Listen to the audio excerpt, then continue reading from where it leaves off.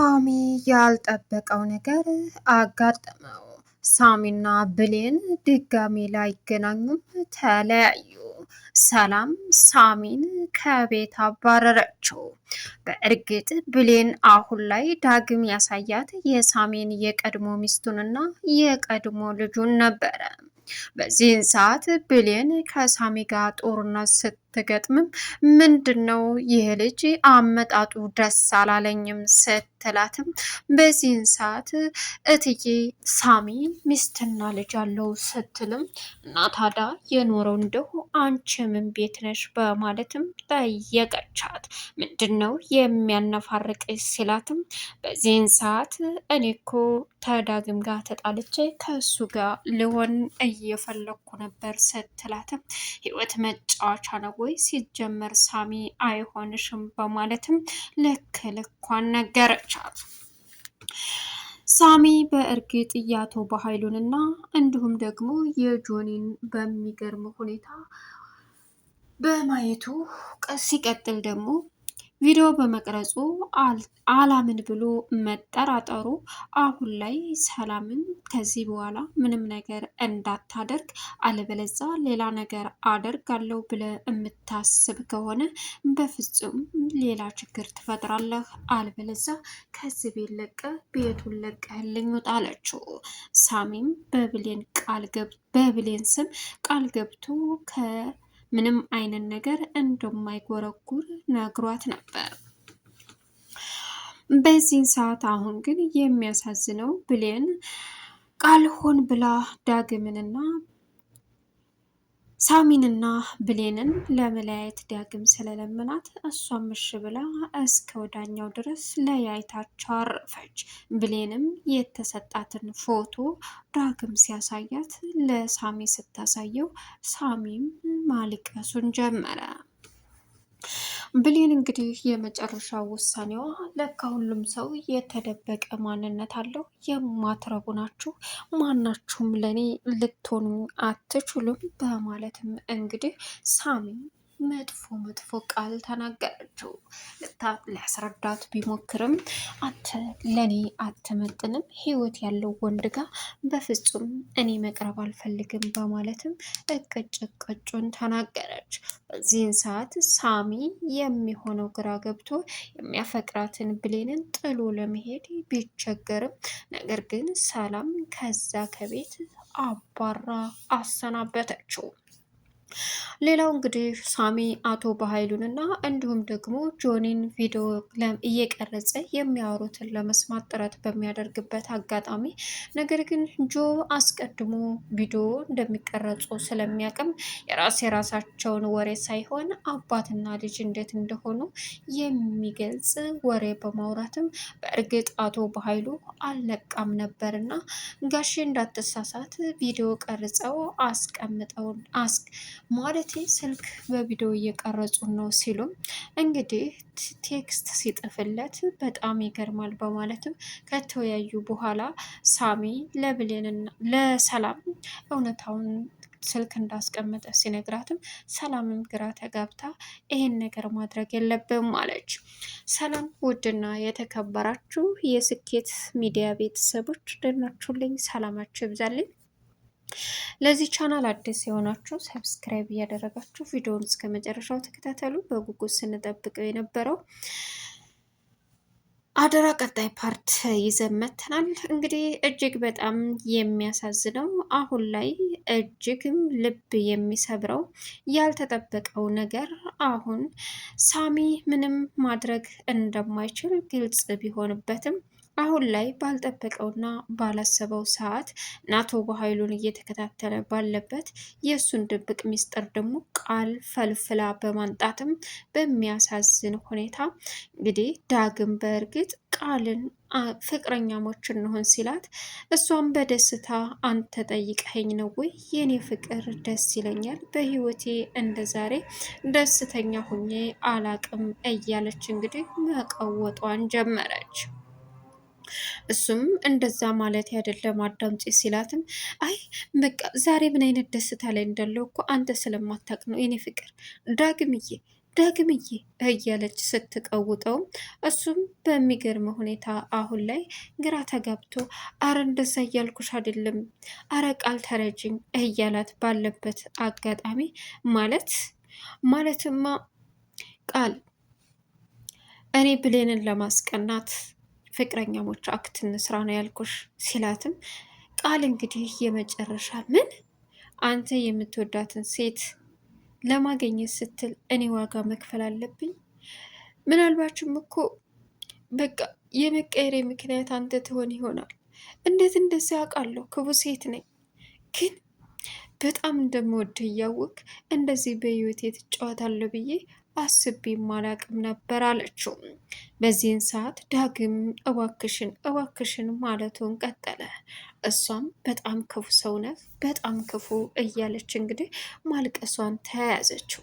በመጀመሪያ ደስታዋን ያስተዋለችው ገነት ምን ብሏን ቢላን ነው እንደዚህ እየሳቀች ያለችው?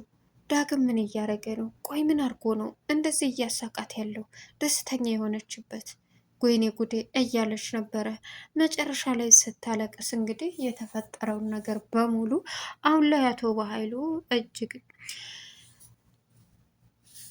ፀሐይን እንዳገታት ውስጧ እየፈራ ያለው ገነት አሁን ቃልን እባክሽ ምን አርግሃን ነው እንደዚህ የምታስለቅሳት እንደዚህ የተደሰተችም ስትለው ብሌንን ለማስቀናት ፍቅረኛሞች እንሆን ብያት ነው ሲላትም የመጨረሻ ወይዘሮ ገነት በጣም ባለጌ ነህ፣ በለቅሶ ብቻ ተወችህ፣ እንዴት እንደዚህ ታደርጋለህ? ይሄ ነው ቀላል አንተ? እኔ እኮ እሷን ለመጉዳት አስቤ ነው፣ ከማንም ከምንም በላይ ነው የጎዳሃት በማለትም እንግዲህ ወይዘሮ ገነት በዚህን ሰዓት ልጄ ተረጋጊ፣ ዝም በይው እያለችም አባበለቻት። ቃልም ተከትላ ወጥታ በቃ ልሄድ ሲልም ዳግም ጠብቀኝ አለችው። ምን ነው ቃል? በቃ ተስማምቻለሁ ባልከው ነገር። ምን? አዎ። አይ ችግር የለውም ቃል አያስፈልግም፣ ችግር የለውም። ግን ብሌን ከሳሚ እንድርቅ ነው አይደል የምትፈልገው? ምናልባችም እኮ አለች በውስጧ ይህ ለእኔ ጥሩ ነገር ይሆናል። የእውነት ፍቅረኛሞችም ፈጣሪ ረድቶ ልንሆን እንችላለን፣ አይታወቅም። ስለዚህ እያለች እንግዲህ ብሌን አሁን ላይ ማድረግ ያለባትን ነገር በሙሉ አደረገች ቃል። እናም የሳሚን ድብቅ ሳሚ ፍቅረኛ አለው። ምን? አዎ ሳሚ ፍቅረኛ አለው። እንዴት ቃል እንዴት? አዎ ዳግም እና ልጅም አለችው እና በጣም ኃይለኛና ከባድ ሴት ነበረች። ስለዚህ ሚስቱ ከባድና ኃይለኛ ስለሆነች እናም በዛው ብዙም ሳይቆዩ ተለያዩ። ልጅም አለው ይኸው ፎቶዋ ብላ ላከችለት። ቃል ምን አይነት የምፈልገውን ያንን ወራዳ የማዋርድበትን እኮ ነው እየሰጠሽን፣ እንዴት እንደሆነ አንቺ አይገባሽም አላት። አራት አካብደው የእውነት ቃል በጣም ነው የማመሰግን በጣም እያለ እንግዲህ ዳግም ማካበዱን ቀጠለ።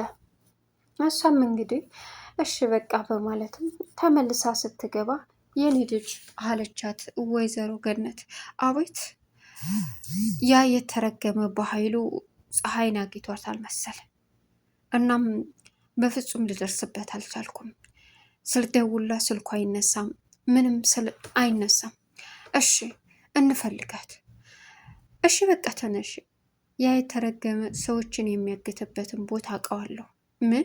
አዎ በቃ ነው የሚሄድ፣ እሷ ግቷት ነው የሚሆነው በማለትም ወደ ፀሐይ ጋር ሄዱ። ሌላው ጆና አቶ በኃይሉ እንግዲህ ሲመጣ ሳሚ አንድ ዘይደ ቢዘይድም ግን አልተሳካለትም። ቪዲዮ እየቀረጸው መሆኑን ሳሚ በደንብ ማስቀመጡን ያየው ጆ ለአቶ በኃይሉ ተናገረ። በእርግጥ ይሄ ልጅ እንዴት አባቴን ሊገል ቻለ? ቤተሰቦችን ሊገላቸው ቻለ? ሳሚ የኔ ጓደኛ አይደል እንዴ? ከ19 ዓመት በፊት እንዴት ሊገላቸው ቻለ? እያለ እንግዲህ መጠራጠር ጀመረ። በዛ ላይ ጋሽ ዋሽቶኛል እንዴ? ይቺ ደግሞ ለምንድን ነው አትኩራ የምታኝ? ነቃችብኝ እንዴ? እያለ እንግዲህ ብሌን ጆን ፍጥጥ ብላ አየችው። ቀጠለችና እንዴ እርግቧ ያለኝ ለቤተሰቦቿ ስትል መሞት አለባት ያለኝ እኔን ነው ነው አይደል? ደግሞ ልክልኝ ነበር እንዴ? እንዴት እንደዛ ሊሆን ይችላል? ማለቴ ሰው እያለ እትዬና ሳሚ እያሉ እንደዛማ ሊሆን አይችልም እያለች እንግዲህ ብሌን መወዛገብ ጀመረች። በዚህን ሰዓት ለነገሩ እኮ እትዬና ሳሚ የሉም ነበር። ስለዚህ እንዴት ብቻ የባቱ ኃይሉ ሰው እንዳይሆን እየሆነ ያለው ነገር ምንድን ነው አላቅም እያለች እንግዲህ ብሌን ብዙ ነገር መወዛገቧን ቀጥላለች። ነገር ግን አሁን ላይ የሚያሳዝነው ብትወዛገብም ምንም ልታመጣ አልቻለችም። እናም ጆ ለባቱ ኃይሉ ጋሽ ተጠንቀቅ ተጠንቀቅ አለ። በዚህን ሰዓት እንዴ ምንድን ነው እነዚህ እኮ ሁሉ ቪዲዮ እየቀረጹን ነው፣ ስለዚህ ልትጠነቀቅ ይገባል የሚል ለባቱ ኃይሉ ቴክስት ሲያስገባለት አቶ በኃይሉ ባነነ። እናም በዚህን ሰዓት አቶ በኃይሉ እናት ሁላቸውም ሳሚም ያደረገውን ነገር ለሰላም ሲነግራትም ሰላም አሁን ላይ ጸጥ ብላ ማዳመጧን ቀጠለች። እንዴት ይሄ ሊሆናል? የበኃይሉ ልጅ ነው። ሰላም ለሁሉም ነገር መጠራጠሩ ጥሩ ነው በማለትም አሳምናት እሺ ብላ ተስማማች። ከዚህ በኋላ ቃል ግባለች ስትለውም አሁን ላይ ቪዲዮውን ላምጣ ንግባ ብሎ ሲገባ ብሌን ሄዳ ቁጭ አለች። እናም ሁላቸውም ሳሚም ቪዲዮውን ብድግ አረገ። ያወሩትን ቶፈንቶ እንጂ አባትና ልጅ እንደሆኑ ሌላ የሚያስረዳ ነገር የለም። እና ሰላም አንድ የውጭ ላውራሽ ለ5 ደቂቃ አለ። እሺ ብላ ተጫዋቱ ብላ ወጣች። ብሌንም ዝም ብላ ማየት ጀመረች። ቀጠለችን። ለምንድን ነው የምታኝች እያለ እንግዲህ ጆ በብሌን ላይ ማተኮር ጀመረ። ሌላው ሳሚ የተፈጠረውን ነገር ላሳያችሁ ሲልም በጣም ጥሩ ሀሳብ ነው፣ ቪዲዮውን ይዤው መጥቻለሁ እና የሚያወሩት ለእኛ ለመበቀል የሆነ ነገር ታስቦ ነው አለ ሰላም። እሱን አብረን የምናይ ይሆናል ሲላትም ቪዲዮውን ሲያዩት የሚያሳዝነው ግን እንደዛ እንዳልሆነ ነው። ሳሚ ይሄ ሊሆን አይችልም ሲልም ቆይ አንተ ላይ ምንድን ነው ሀሳብክ? አላማ ምንድን ነው? በቃ ቤተሰቦች ላይ እጅህን አንሳ በማለትም ከሳሚ ላይ ቀሰረች። ዳግም ለብሌን ሁሉንም እውነታ አሳያት። የሳሚን ጉድ የመጨረሻ ተናዳና ተስፋ ቆርጣበት እንግዲህ ከሳሚ ጋር ጦርነት ገጠመች። ቻናሉን ሰብስክራይብ እያደረጋችሁ መልካም ቆይታ